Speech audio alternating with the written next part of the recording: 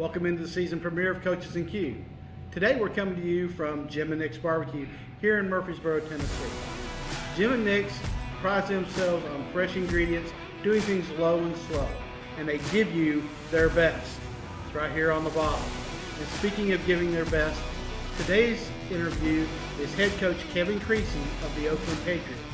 Oakland has just won their second consecutive BlueCross Bowl championship. Come on in and let's see what's smoking.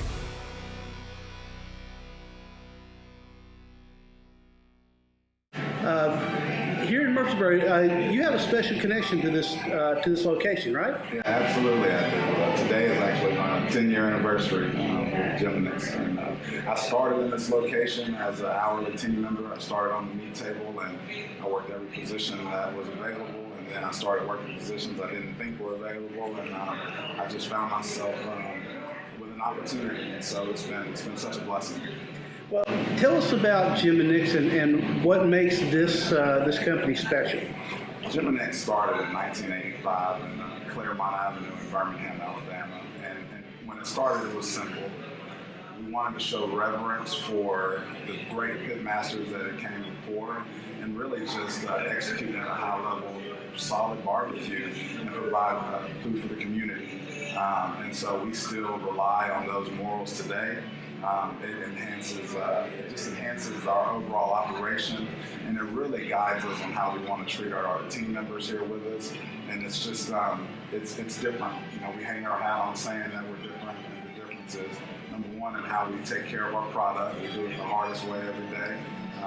Might not be the smartest way, but we do it like that. It provides a particular type of product, and then also we just treat our team members a little different here. Yeah, I noticed that community is right there in the logo. What does that mean? Community means right now, you and I, we're sitting here. You're a part of the community, and we want to really enhance any community that we're in, whether that's Christmas time, looking for families that we're able to help, whether that's a guest that comes in and they need some help. And you see we have a Purple Heart spot out front. We're a Purple Heart restaurant, and that started at one of our locations in Colorado. And it just welcoming the community, veterans, just really everyone that's around us is really important to us. Well, I know that you show us the pit and that. I want to talk about something that I didn't see right there. I didn't see a freezer. I didn't see a microwave. That's right. I was waiting for you to get to that. You know, you asked what made it special, and that's the key. Everything here is 100% scratch. We don't have a freezer in the building. We don't have a microwave in the building. So when I said we do it the hardest way, that's kind of what I was alluding to. We come in here at 5 o'clock in the morning. It's a labor of love. It's intense. But that final product is remarkable, and it's really hard to match. And it's not just, although barbecue is what you hang your hat on, and like you said, as a homage, there are other items on your menu that require just as much care and delicacy. Absolutely, absolutely. We've got some great desserts that people don't always know about, whether that's our chocolate cream pie, our lemon icebox pie. Those are, the lemon icebox pie is made with a wafer crust. We could easily go purchase a wafer crust somewhere, but we get our vanilla wafers, crush them down by hand every day, and start the process there. Wow. Yeah. That's impressive. Yeah, it's all the way to the whip top, and we start with some heavy whipping cream, a little sugar, and some other ingredients I won't throw out there at you, but it's, when we say it's scratch, it's scratch. Well, I understand that your cheese biscuits have been known to cure broken hearts and clear cloudy skies. Yeah. Tell me a little bit about those. Absolutely. The cheese biscuits, they are something special indeed. And, you know, it's kind of funny being known for cheese biscuits in some people's mind, but when they get here, you know, we've heard about the cheese biscuits, we've heard about the cheese biscuits, and then they put that protein in the mouth, they put that barbecue in the mouth, and the cheese biscuits are almost an afterthought. But you're right, the cheese biscuits definitely keep you coming back.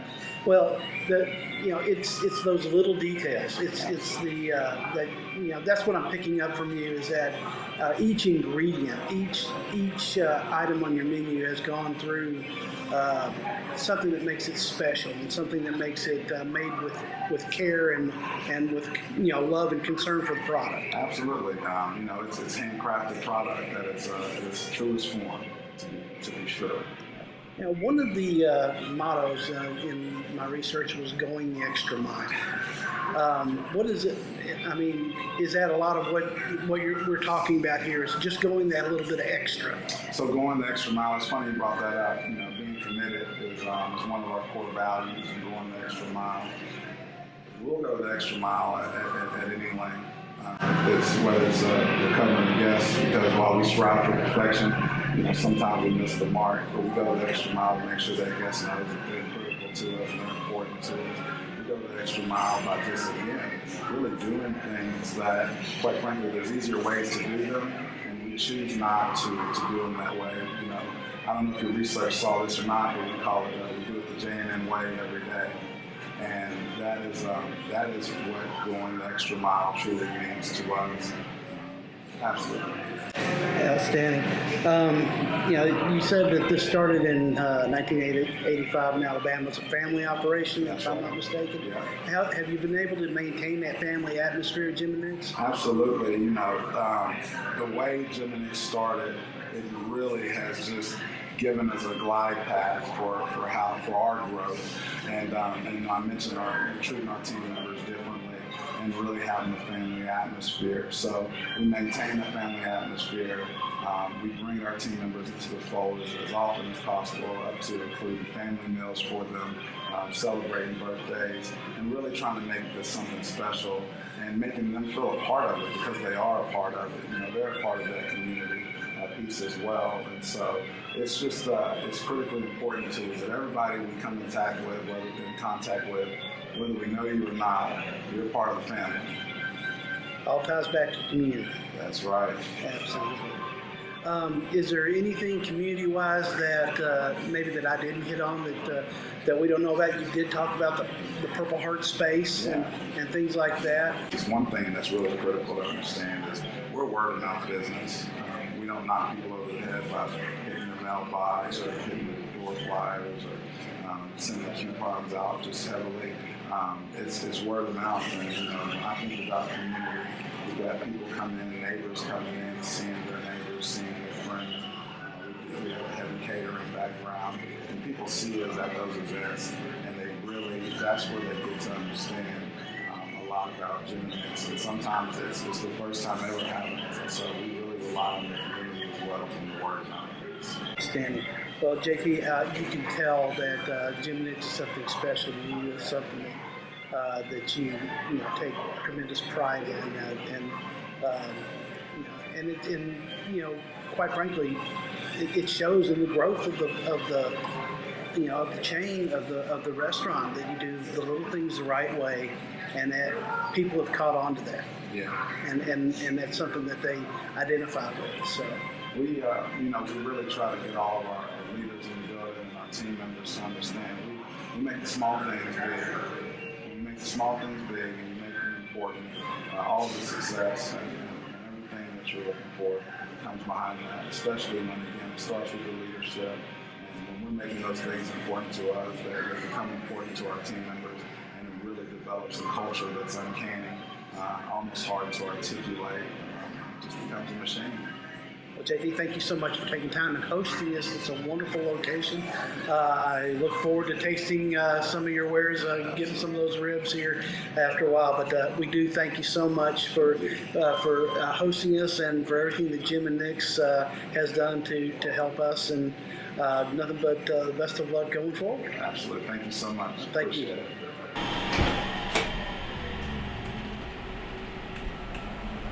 So guys, right here what we've got going is our spare ribs. You know, our small proteins, we roll them for about anywhere from 2.5 to 3 hours. That includes turkey breast. Our larger proteins are beef brisket, our Texas style beef brisket, and our pork picnics. We roll those for about 12 hours overnight. We smokers never stop. We definitely do things the hardest way you can. It's not the smartest way, but it's true to our heritage and our culture and how we all got started. That's some beautiful turkey. Yeah, turkey breast, right? A lot of people don't realize that we do a turkey breast, a sliced turkey breast. It's absolutely amazing. If you're concerned about your figure like I am, then that's the leanest meat we have, is that turkey breast, and you can't go wrong with it. And you said that's anywhere between 2 to 3. Yeah, 2.5 to 3 hours, about how long we smoke that. Once those ribs get to about 3 hours, we'll take them out, dredge them through some barbecue sauce, put them back in. We always look for that sticky a little bit more than the saucy. Yeah, That's right. And you can tell just how beautiful those ribs look. Yeah, absolutely. They're absolutely gorgeous. Absolutely. You using hickory? Yeah, absolutely. We smoke with hickory. We source that locally from a great guy, Brandon Montgomery, does a great job for us, and so it's we're proud of what we do here. Absolutely, it shows. Well, we certainly appreciate that.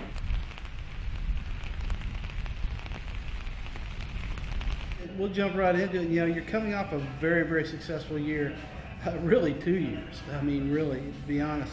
Have you had a chance to reflect on your season and what what you went through this year? Yeah, a little bit. Definitely a special season. Definitely special to go back to back. So, like you said, two good seasons in a row, 2 good years in a row, and the culmination of all of it will come apart. Whenever we have our ring ceremony. You may not believe this, a little supply chain issue right now. So.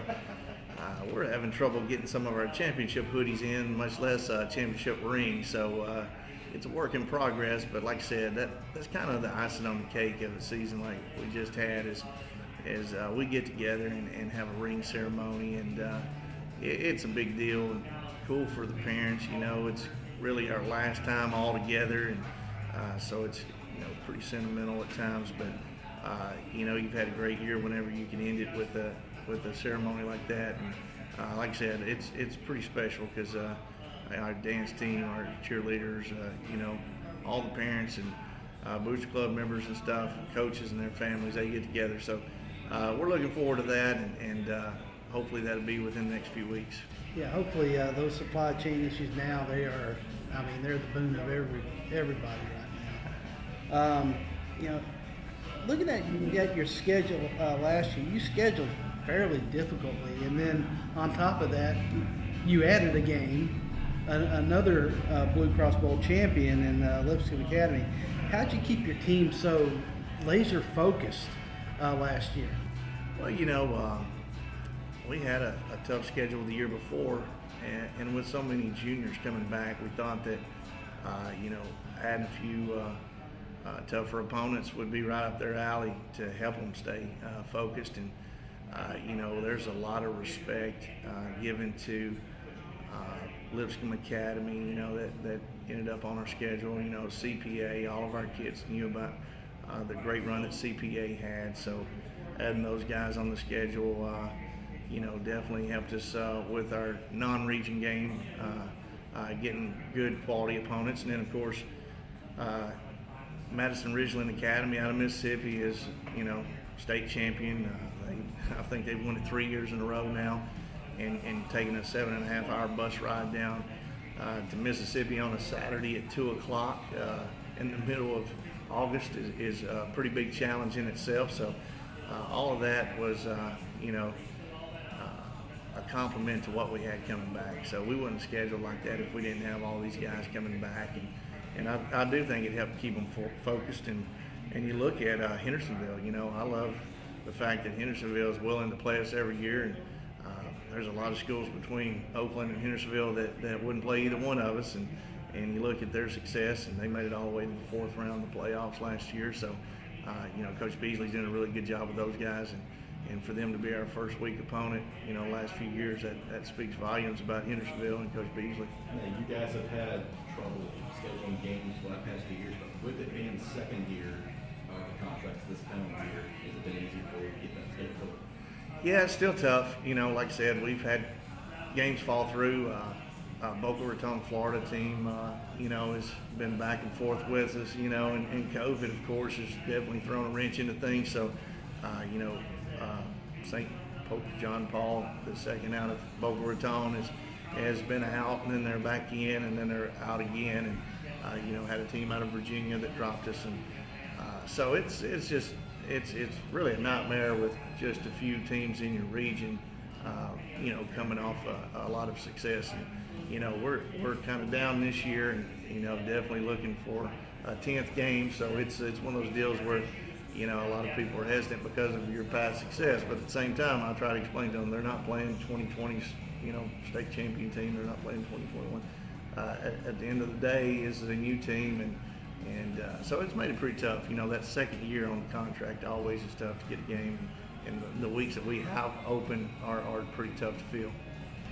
Oh, Coach, you are one of the few people that could probably answer this question. Unless you, Chattanooga and Cookeville, as far as BlueCross Bowl, did you find it to be a better experience, a similar experience? What were your thoughts on moving that, and what are your thoughts on the results? Well, I have to say, I was a big fan of Cookeville. The biggest asset that Cookeville had going for them were the people. Their committee they put together and their volunteers, incredible. It's an incredible amount of people that go out of their way to make life easy on you. So the best thing going at Tennessee Tech were all the volunteers and the people that made things smooth and operate smooth. And it's unfortunate that they missed out on it, and then all of a sudden they replaced their turf after the decision's been made to go to UTC. With that being said, I thought UTC Stadium was unbelievable. I thought their dressing rooms were, definitely better. Their turf was better. I thought the atmosphere was a really good atmosphere for high school football. And, I kind of like the smaller stadiums. I always liked Vanderbilt back in the day when they had the Clinic Bowl, and middle, there was a lot of empty seats at MTSU Stadium. But then they moved to Tennessee Tech, and it was almost full. It was awesome to watch a game at Tech, and especially if you were in it. But UTC, I thought they did a heck of a job for first time hosting. I think there was a few things that they're going to work on, that you learn with experience. A few concession stand lines that were real long, and then parking's an issue about anywhere. But I thought UTC did a great job of hosting for that it had been their first time. Any thoughts or any ideas? You ever think that maybe your alma mater might have a shot? You just never know. I think it's pretty neat that they could easily move from different stadium to stadium, and I think it's pretty neat. I think the communities that are hosting are realizing that it's quite a privilege to host the TWAA and the state championships, because they're going to do it upright. And like I said, I think most people were really pleased with what UTC did last year. Yeah, I think that Martin might need another hotel room or two.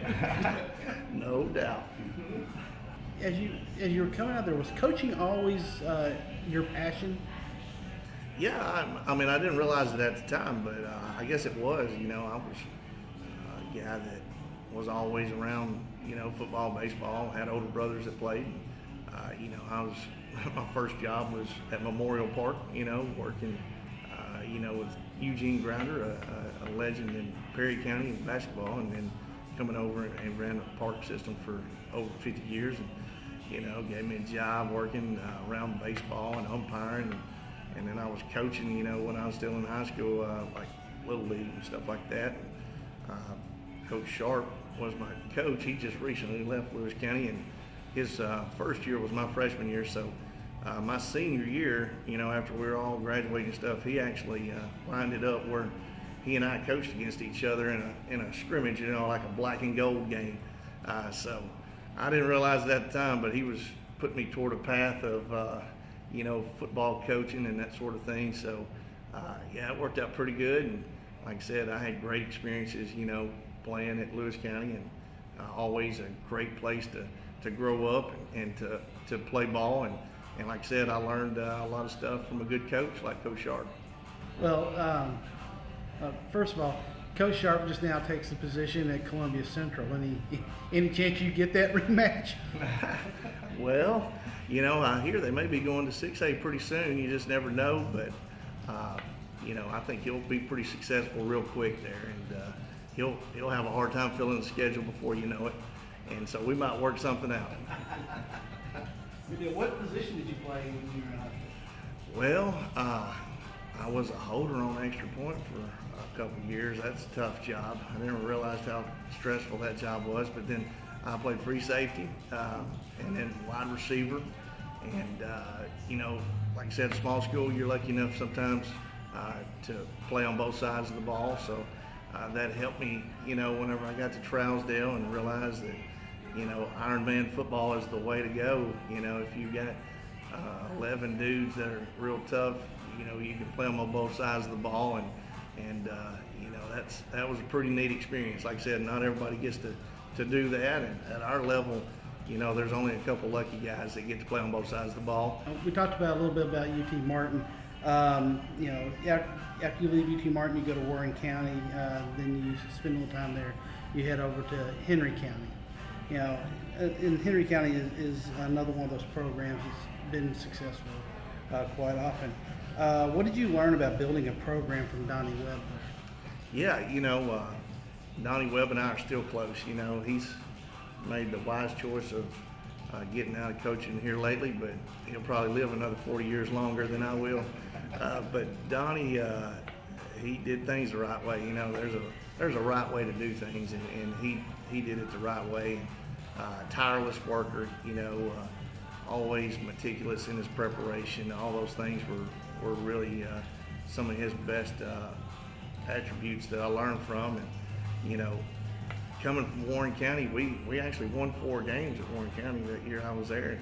We were real pleased with that, and had a pretty decent year, had a good senior class, and then student taught over at Henry County. So that's why I kind of wanted to get back to those schools, and I had a couple of my 8th grade students, Will and Matt Creasy, that I had in class, and wanted to coach those guys up. They were 2 of my favorites, and next thing you know, they're in the coaching world. I couldn't talk them out of it, and they end up, getting pretty good head coaching jobs as well. But it was pretty neat.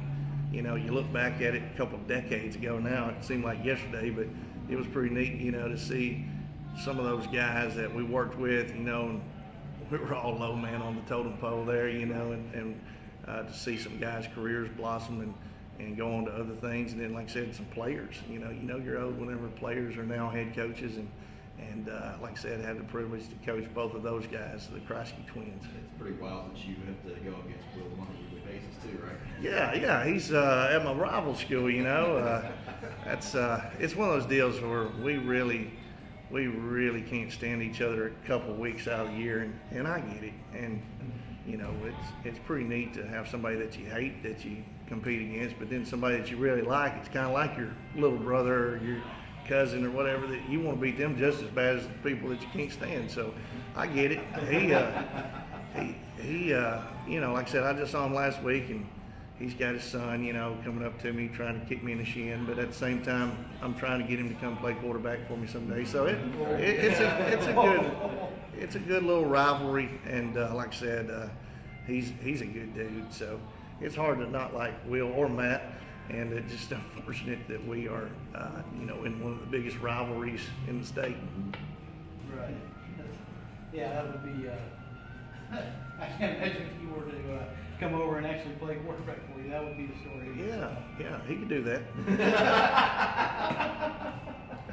Well, you leave Henry County. You take a defensive coordinator position at Boulevard Central. All that moving around that you did that help you? Did that help you? Be able to communicate well with players from different walks and different areas. Yeah, absolutely. Like I said, I didn't realize it at the time, but it was some of the best things that ever happened to me. Luckily I was single, and I could just pick up and, throw a few bags in the back of the trunk of my car and head out. I don't even know if I had furniture back then, to tell you the truth. My first year at Henry County, I had one person I knew at Henry County when I got there, and it was my great aunt. So my grandmother's sister was in her 80s and let me live in her garage.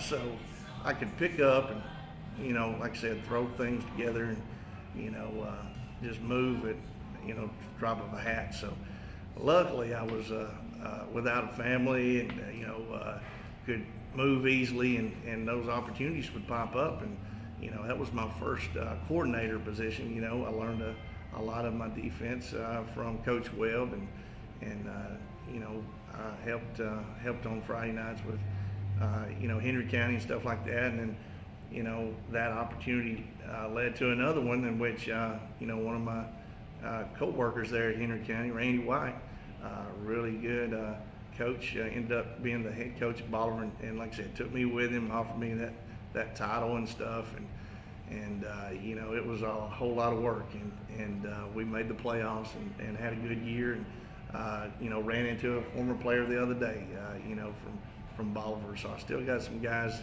I'm connected to, over at Bolivar, and it was a great experience for me. Like I said, it was football all the time. A lot of the time, living in different towns, not knowing, like Warren County, when I moved there, I knew 0 people there, but it made me do football a lot of the day. And then same thing, Henry County, I got to do a lot of football, and then I learned a lot of football at Bolivar as well. And so like I said, it was down in Warren County that struggled for a while, to win, and so it was a lot of learning on what it was like to be, the team that was overlooked a lot of times, and a team community that was hungry to win. And one of our wins that year was against Oakland, and Oakland was a pretty good football team, so it felt pretty good to be the underdog and come up and win. And then 3 years at Henry County, got to experience a community that was diehard football, and wanted to return back to the glory days as well. And in Bolivar, you're dealing with a different kind of kid.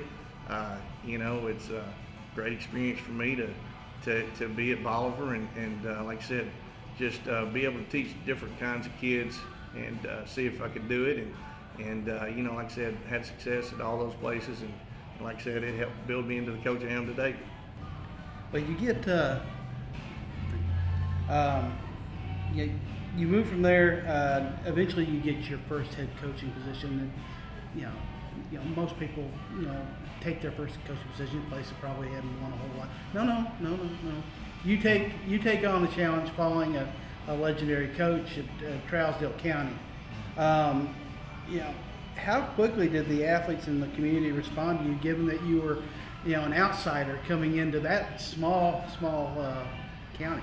Yeah, think about it though. It wasn't my first rodeo at Trousdale. I was an assistant there for, I think, 7 years. So yeah, I moved to Trousdale from Bolivar, and went there to get a ring, and ended up with a wedding ring. That kind of threw me for a loop. That wasn't exactly the ring I was looking for, but. You shall receive. Yeah, well, that. Strange how that works. Yeah, well, it was, probably the best thing ever happened to me, and just happened to be that she was a hometown girl whose dad had been helping at Trousdale for a couple decades. Brothers played there, and so we won a state championship with her little brother at the quarterbacking realm, and I think that was in '05. So. Took a job as a D coordinator, at Riverdale, and then came back as the head coach at Trousdale. So it was definitely big shoes to fill, with Clint Satterfield. But out of all the coaches I ever worked for, he probably taught me the most, and he taught me a lot about what it took to win a championship, and just kind of. Added on year after year on how to work and how to get prepared and how to motivate, and he did a great job as a coach, and so to watch him run his program for 6 or 7 years and then go over and work with Coach Adelot at Riverdale, I think it kind of helped me whenever I did become a head coach, and like I said, it's funny to look back at it, where all you've been and came from, and like I said, proud of everywhere I've ever lived, and it helped me make me into the coach I am today, and like I said, had a great run as a head coach at Trousdale. What is it about Trousdale County? It's such a small county that they are such a perennial contender every single year. Yeah, I think football's been important to them for a lot of years, and one year that I was there, might have been 2012 or something like that.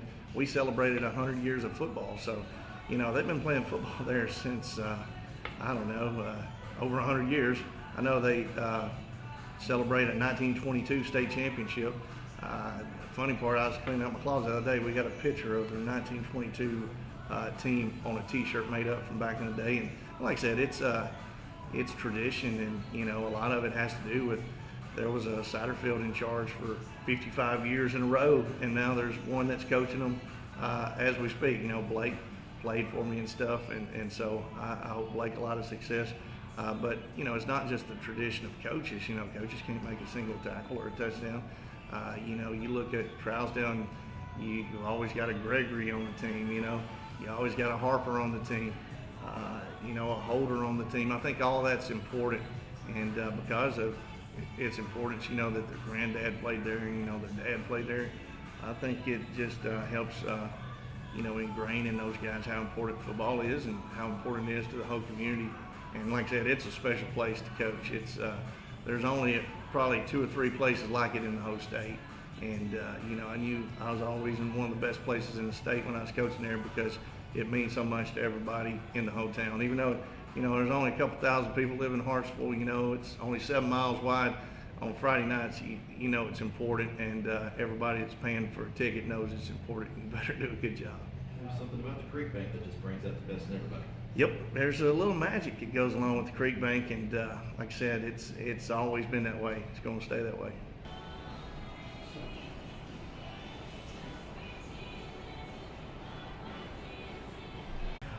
Coach, you've been able to build program excellence that extends all the way to feeder programs. You know, how did you even begin that process? Yeah, you know, I think it goes back to Trousdale County. You know, we had our middle school team was coached by myself and Coach Dobbs. You know, I was his assistant, he was the head coach, and then come over and he becomes the assistant. I'm the head coach at the high school, and I actually had to do that during the school day, you know, coach up the middle school guys. And so they were in the system for a while, running everything that we run and calling it the same thing and being coached by the same guys the same way. And then, of course, we got the junior pro guys bought in, and you know, it's very similar to other successful programs that we've seen at the private school level. And then, you know, Maryville's been doing it for years with those same principles of, you know, running the same offense, running the same defense, having the same terminology, coaching the guys the same way. And so we did that at Oakland, and you know, all the way from, you know, 5-year-olds all the way up. You know, we have guys that are kind of singing off the same sheet of music, so all on the same page, and I think that's big, you know, especially for a program of our size. Well, you talk about you know, the players that you have coming up there. You have multiple talents at skill position. How do you, or do you manage touches between players that have that high of skill level? Yeah, you know, that's a good question, but we don't really worry about that. You know, we worry about winning a ball game, and if that means some guy touches it 40 times and some guy touches it once, then that's what's going to happen.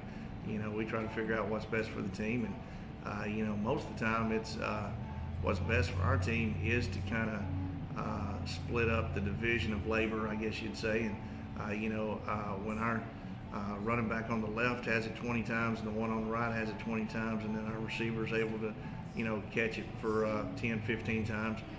Tight end gets involved in the game, you know, quarterback's able to run it 10, 15 times, throw it 10, 15 times. You know, that's kind of what balance is to us. And, you know, I think, you know, whenever you compartmentalize it and you have it on your call sheet that way of, you know, this guy needs to be a factor, then things are usually not going too well. But we try to figure it out way before the game starts on who we need to have touching the ball, and a lot of times it's dictated by what the defense gives us. You know, Oakland High School hosts several youth camps programs. You worked with Titans football camps. You've worked with Jack Jones football camps. Do you feel that need or desire to kind of provide opportunities and positive impacts with the area youth? Yeah, you know, it's kind of our way of giving back. You know, a lot of people have given to our program, and it's kind of our way to give back. You know, you look at what kind of facilities we have. You know, if you try to build our indoor that we have now, You know, it was built, 14 years ago, but if you try to build it now, it's probably $1 million project. Our field is close to $1 million. So it's taken a lot of people in our community to give toward our football program to build the facilities we have. So we want to use those facilities for our youth too. We let our youth football program, play on our practice field and on our game field. They do their spring conditioning, drills in our indoor facility. There's always a camp or some kind of football activity going on all spring long, all summer long. And like I said, there's a reason the Titans are asking to come to our place, because they know that we're a gracious host, and we'll provide good coaching and a safe learning environment for those guys. And they're coming back next year. Jack Jones is an alum. He was coached up by Coach McDaniel, who taught him to always give back, to his community. And he's a big deal at our place. And he's like a superstar rolling in, from out of town. He misses Murfreesboro, but he's making a living, somewhere else. But he's rolling back into town, and those kids look up to him. And he brings in, some of his buddies from UT, like Josh Dobson. It was just a great event that he's already scheduled for May this year. I think he moved it up a month, so just an opportunity to have more kids come to his camp. So that's kind of what we're doing. We're giving back, and we think it's huge that some of those smaller kids are looking up, and maybe their heroes aren't in college or in the pros. Their heroes are on Friday night. So we've got a good following of youth in Murfreesboro that come to our games on Friday night, and they want Jordan James autograph, an Isaiah Horton or Antonio Patterson. They may get the same haircut as those guys. They may want an autograph, a wristband, something big like that. And so when they do grow up, and it comes time to figure out where they're going to play football, I think it'd be good for them to come on over to Oakland. Well, what is the biggest difference, besides the money aspect of it, what is the biggest difference beside a successful program like Trousdale County and a successful program like Oakland? Yeah, I mean, the numbers, like I said, you're talking financials, and then players, I think we had 122 players on the varsity when I first got to Oakland. And then you throw in 47 freshmen. It's just a numbers issue. You go from 4 or 5 coaches to 15 or 16 coaches that are assistants, and so the numbers are the biggest difference. But at the end of the day, I think it was probably numerous times where I tried to get a bigger job at a bigger school, and people just kind of look like, this guy comes from a little small school, a little rural area, and just probably overlooked me because of that. But that's what happens when you let administrators hire coaches. A lot of times they don't have a clue about football. You see it every day. Lots of bad hires. Lots of bad hires. Not just at high school level, but if people know football, they know there's really not a big difference. Teaching and coaching go hand in hand. If you can coach, you can teach. If you can teach, you can coach. And I think people need to go out and hire a good teacher. And if you're a good teacher of the game of football, that means you're a good people person. You're good. Handling situation, handling kids, handling parents. Handling other teachers. I think that's a big part of it. The job calls for you to be around people and be able to coach kids and deal with their parents and deal with the problems that may occur, through the school day or outside of school. And like I said, it's a lot more fires to put out because you got a lot more players. And if you're doing the hiring as an administrator, you need to realize that football is still football. It's still blocking. It's still tackling. The X's and O's may be a little bit bigger, maybe a little faster, but the game of football still comes down to 4 or 5 big plays every game, and what kind of preparation you can get involved, and what kind of ways you can get playmakers the ball, and can you stop the other teams, and can you be sound in the special teams aspect of it, I think some of the best coaches in the state of Tennessee or across America are guys that, maybe only dress out 30 guys and have to coach both sides of the ball and, have to coach up special teams every week. I think some of the best coaches you can get are guys that have come from smaller programs. A program like Oakland attracts a lot of kids that have high expectations for themselves. How do you manage those expectations? Yeah, well, I think a lot of those guys have to be kind of self-disciplined. The best discipline in the world is self-discipline, and if they have those huge goals or aspirations to, maybe play at the next level or maybe even play on Sundays, then they have to understand that it starts with the guy in the mirror, and usually the guys that are going to be successful understand that at an early age. We have what basketball coaches would call gym rats. We kind of have field house rats in which, we have guys that, they obviously, they'd rather be at the field house than a lot of other places.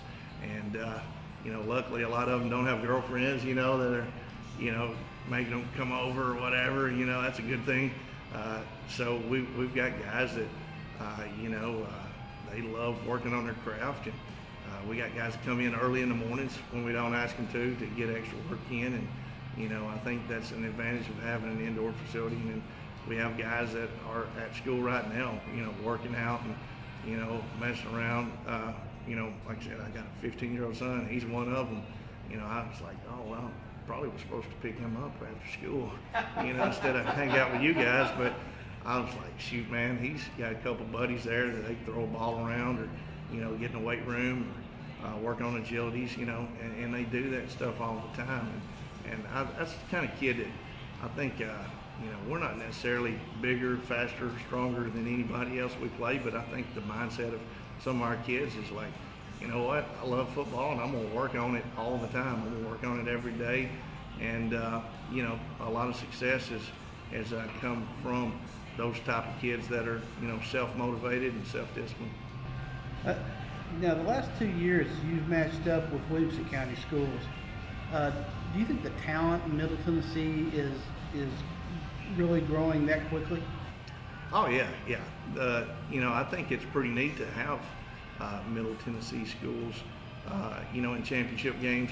I think it's awesome. When I was at Riverdale, we had a big rivalry with Smyrna at the time with Sonny Gray at quarterback, and I thought it would have been awesome if there would have been a way in which, Smyrna and Riverdale could have played, for a state championship, even though they were in the same region.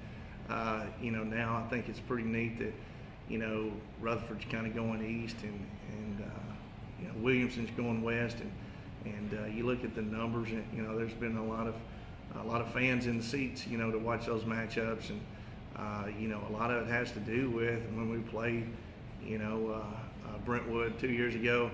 They have a receiver that signed with UT, actually got some playing time this year's a true freshman, and then of course the cornerback, I think he went to Vanderbilt, and I think their quarterback is actually starting, in baseball down in Auburn and having a good career, a good start to his career and stuff like that. So yeah, there's pretty good players, off that Brentwood squad. Then you look at what Summit had. There's 3 kids that signed to play with Kentucky. And Kentucky's done a great job of recruiting, and actually coming into our state, they're pulling some really good players. So it's pretty wild that you look at Summit and not just the 2 twins, but they have some really talented players, and so yeah, they're catching up with Rutherford County for sure. We talked earlier that you were a defensive coordinator and that you had to move to an offensive coordinator. Was that a hard transition for you? Yeah, it is. It's different. It's different in the way which you prepare and work and stuff. I think the biggest thing that it's kind of an advantage if you're going to be a defensive coordinator and you have offensive coordinating experience, I think that's good. Or if you're going to be an offensive coordinator and you have defensive coordinating experience, I think that's good. A lot of times, guys that have been on both sides, do a lot of the same things that always gave them trouble. And so that's kind of what's in our playbook and stuff that always, gave us trouble back in the day. And so I think it's been an advantage, to be on both sides of the ball. What do you do at defensive coordinator now that Steven Jackson's moved on? Yeah, that's a big loss. Again, a big loss. Steven Jackson's gone on and going back to his hometown. Going to do a great job at Gordonsville. Always has done a good job for us. Started out as a middle school coach for us, and then worked his way up, and then became a D coordinator, one of the best D coordinators in the state.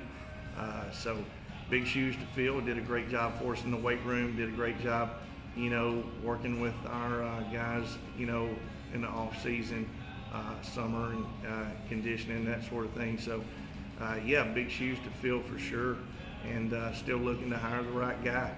May have to hire 2 guys to take his spot because he did such a good job. And like I said, Gordonsville got a good one. I think they'll make a lot of noise over there now because they got the right guy at the helm, and then of course he's got some really good assistants over there helping him. We get to some of the fun, maybe introspective questions. Fun, maybe a little bit of a stretch. Sometimes we try to have a little fun with the ones that start arguments. Yeah, the ones that start arguments. Yeah. So, if I've done my research right, you teach driver's ed. Mm-hmm. Is this correct? That is correct. All right. So, what is scarier, teaching teenagers to parallel park, or fighting Old Fort Parkway traffic on Saturday night? Yeah. Well, I really started out as a history teacher. I did that for like 16 years. And, kind of history buff, and enjoyed some history. But then I was like, that driver's ed gig seems like the perfect job. And at Trousdale, it was pretty good. You just toss the keys to a kid that was growing up in the country and been driving 4-wheelers and tractors and boats all their life. And, you just kick back and like, hey, just show me where you went this weekend. You're finding back roads you never thought you'd find. And, life was pretty good. And then dropped driver's ed over there. That wasn't good. But we got it over here in Murfreesboro, and now I'm dealing with some kids that, like, I've never been in the front seat of a car before. I'm like, what? Never been in the front seat of a car before. It's like, well, you've driven, like a 4-wheeler or lawnmower, and nope. Bicycle, nope. So, it's definitely coaching. I think we're coaching kids in driver's ed. But if we take a wrong turn, end up on Memorial, it gets real scary real quick. And, Lascassas Highway, that's okay, but Memorial, not so good. Old Fort, definitely bad.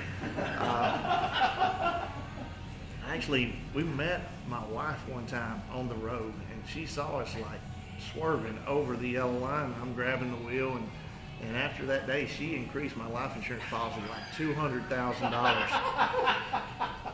And I always knew I was worth more dead than alive, but she didn't even tell me about that. I actually opened the mail one day, and I was like, wow. So that all happened after she almost literally ran into the driver's ed car. So yeah, it's a pretty scary profession. I like to say this: I had one gray hair in my goatee when I became a head coach. Never got gray after that, but then years later, once I started teaching driver's ed, it's gone completely gray. There's a reason for that. Not near as much traffic on 141. Yeah.